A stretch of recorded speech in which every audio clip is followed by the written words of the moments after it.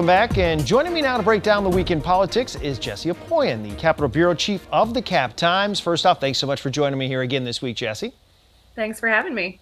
All right, so Janet Protasiewicz tallied the most votes in the primary this week. Looking at the numbers, how indicative do you think that could be for the general election?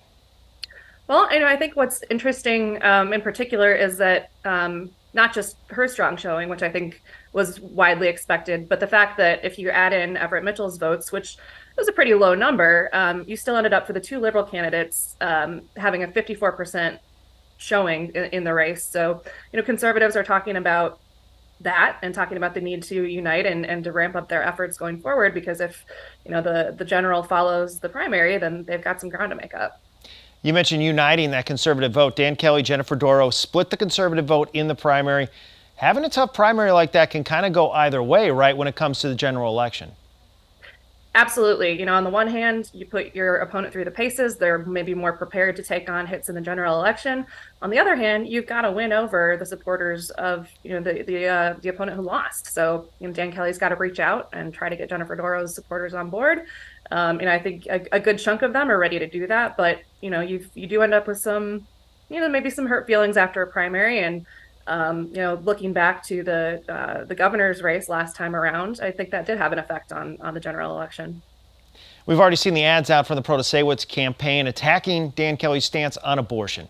Is this going to come down to basically a referendum on abortion here in this race? I think we are going to see a lot of similar themes to what we saw in that gubernatorial race, and abortion's not going away as an issue. It certainly resonated in this election. Will it continue to resonate in the same way in April?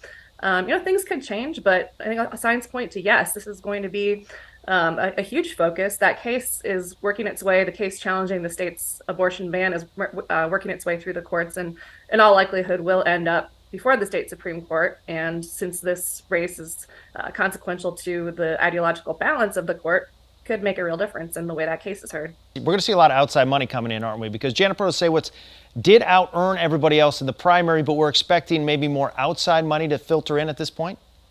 So much money. We've already topped $9 million spent just in the primary. Looking at the new ad buys that are coming in, we're already working our way up to $12 million. Nationwide, in terms of the record for the most expensive judicial race, that was a race in Illinois that topped about $15 million. We are absolutely on track to surpass that and make this the most expensive judicial race in the nation's history. I wanted to shift gears a little bit now and talk about former Governor Tony Earl. He died this past week. How is his legacy being remembered? He was really remembered above all, I think, as a kind person, a person who is very principled, and someone who, maybe is from a bygone era when Republicans and Democrats could fight it out on the floor and then walk across the street, have a beer at the Inn on the Park, and, laugh about the fights that they had that day. You had Republicans and Democrats alike praising him and talking about, in particular, his legacy on LGBTQ rights, stances that he was taking in the 1980s when doing so could come at a political cost, the work that he did protecting the environment, and again, above all, the way that he was able to get along with his political adversaries, and the fact that they still really remember him so fondly decades later. You mentioned some of the remembrances we saw. Very interesting. He had a lot of people who ended up having big careers in politics who interned for him or worked with him in some capacity, correct?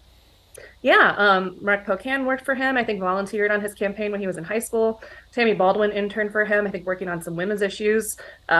Huge impact, and people that he brought on to work on LGBTQ issues ended up having really strong careers in the legislature.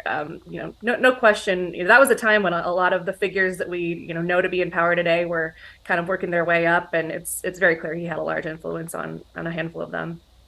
All right, I want to go back. One more question about the Supreme Court race. How bitter do you think this is going to get here as we see the attack ads already coming out on each other? It's going to be bitter. The tough thing about court races too is that you've got judicial records to look at. So you're going to see a lot of cherry picking, for lack of a better word, of really unpalatable rulings, cases that both of the candidates worked on, and it's going to be. I think the airwaves are going to get pretty negative pretty quickly. It should be a fascinating race here, and we appreciate your insight on all this again this week, Jessie. Thanks so much for joining us. Glad to be here.